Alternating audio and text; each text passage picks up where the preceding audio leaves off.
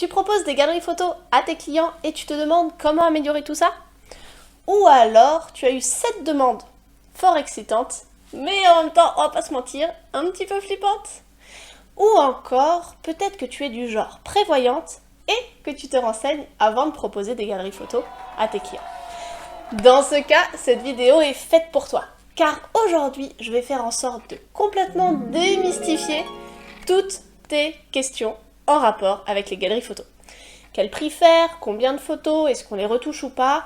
Comment est-ce qu'on les vend plus aux clients? Etc. etc. Alors c'est parti! Moi, c'est Lydia, coach business pour les photographes, et aujourd'hui, je vais faire en sorte de répondre à plusieurs questions que j'ai eu l'occasion de voir passer sur le groupe Facebook. Retrouve le lien dans la description! Déjà, toute première chose, à quoi ça sert d'avoir une galerie en ligne quand on est photographe? En tant que photographe, et ce absolument quel que soit ton niveau, tu peux totalement utiliser une galerie en ligne pour plein de choses différentes.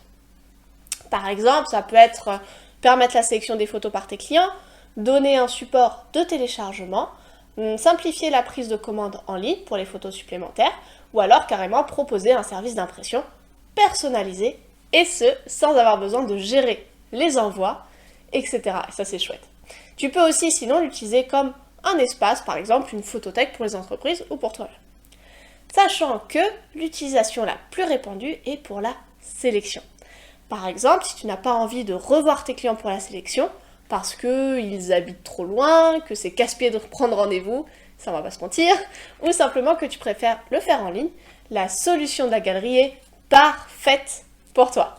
Ça va te permettre d'y mettre toutes les photos que tu veux, et en plus de laisser faire le client sa sélection tranquillement de son côté.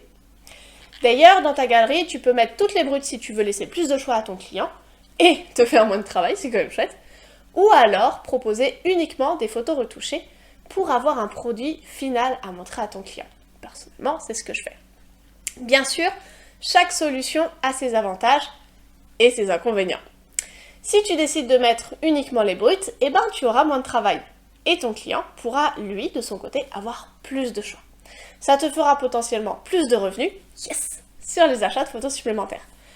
Par contre, ton client, il pourra potentiellement avoir plus de mal à voir le résultat final de ses photos. En général, ils viennent te voir parce que ils n'ont pas de connaissances photo, ce qui est logique.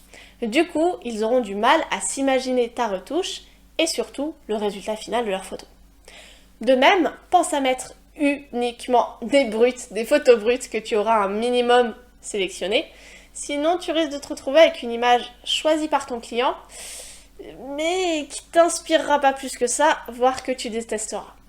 Et dans ce cas, je parle d'expérience, c'est compliqué de faire la retouche dessus, et cela risque de te prendre beaucoup d'énergie.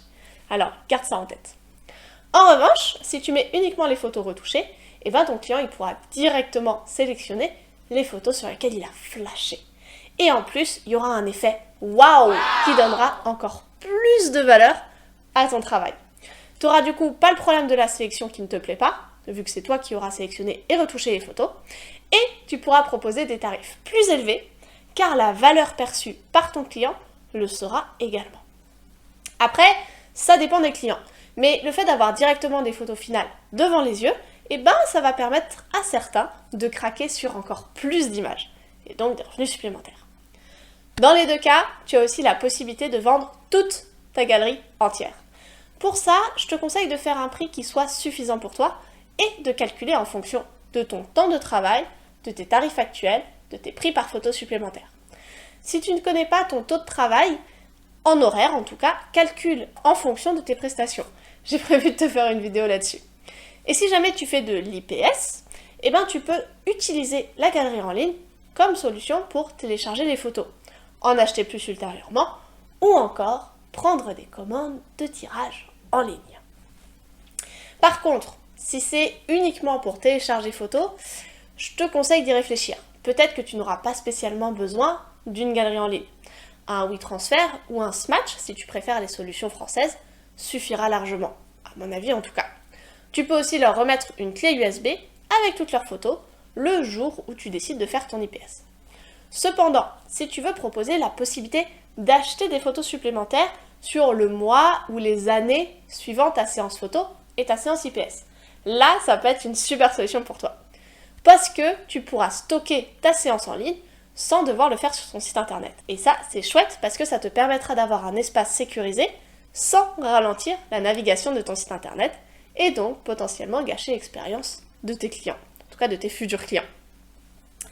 Ensuite, ça peut se faire automatiquement selon la galerie que tu choisis pour les achats supplémentaires. C'est des revenus intéressants et qui sont presque sans effort.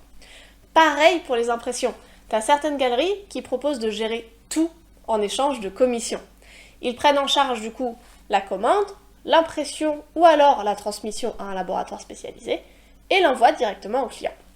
À toi de voir si tu préfères t'en occuper toi-même et gérer tes propres fournisseurs ou alors si tu veux déléguer pour plus de tranquillité d'esprit. En tout cas, ce qui est pratique, c'est que tu n'as rien à gérer si tu le fais par la galerie. La galerie, elle va s'occuper de tout et elle se rétribue soit en commission, soit en fonction de la galerie en abonnement. Toi, tu encaisses et tu n'as rien à faire.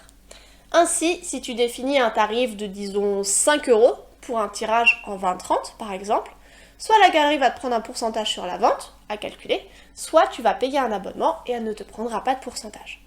Du coup, à toi de voir ce qui est le plus intéressant pour toi. Si tu fais beaucoup de ventes de tirage, à mon avis, ce sera certainement plus intéressant d'aller vers une galerie avec un abonnement. Au contraire, si c'est occasionnel, le pourcentage sera sûrement plus adapté pour toi. Dans les deux cas, pense à amortir le coût sur tes tarifs, c'est important.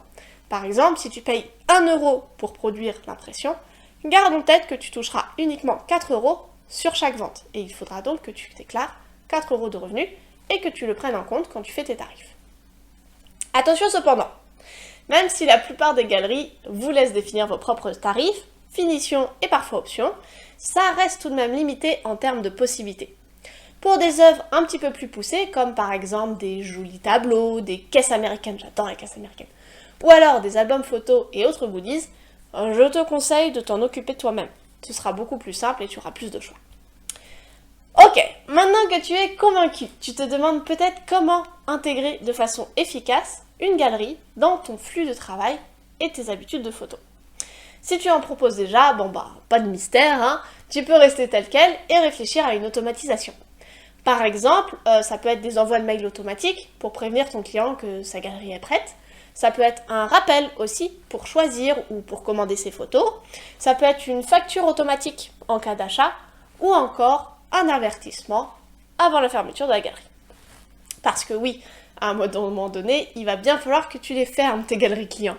Parce que même si, on l'a vu tout à l'heure, tu as l'avantage de pouvoir stocker facilement sans avoir le côté négatif de la perte de vitesse pour ton site, par rapport à une galerie faite maison, sur ton site internet, certaines galeries, elles vont te proposer uniquement un nombre de galeries limité en version gratuite. Ça arrive. Et puis, même pour toi, ça peut aussi t'aider à bouger les fesses de tes clients pour qu'ils passent à l'action avant justement la fermeture de ta galerie. Comme ça te permettra aussi de ne pas être complètement débordé dans les différentes galeries et de faire un petit call to action pour pousser les fesses de ton client. En tout cas, pour déjà m'être perdu dans des galeries beaucoup trop présentes et certaines qui avaient le même nom, je t'avoue que c'est un petit peu galère. Alors réfléchis à ça. Du coup, pour automatiser tout ça, tu as 2 solutions. La première est de choisir une galerie qui propose déjà des envois de mails intégrés. Ça existe. Vérifie bien que tu prends en compte du coup tous les aspects que tu utiliseras, avec toutes les options, etc. La deuxième solution, c'est de prendre directement un logiciel qui gère ce genre de choses pour toi. Tu peux en combiner plusieurs, par exemple prendre un logiciel de mailing ou un CRM comme Photo Studio et le connecter à ta galerie avec Zapier. Si jamais tu n'utilises pas de galerie en ligne actuellement et que suite à cette vidéo, coucou, tu as envie de la mettre en place dans ton business, tu peux tout simplement centraliser ton flux de travail actuel sur la galerie. Personnellement, je fais mon tri sur Lightroom, mes dernières retouches sur Photoshop et dès qu'elles sont prêtes, pouf, j'envoie tout directement sur ma galerie en ligne. Ensuite, je gère tout de là-bas, absolument tout.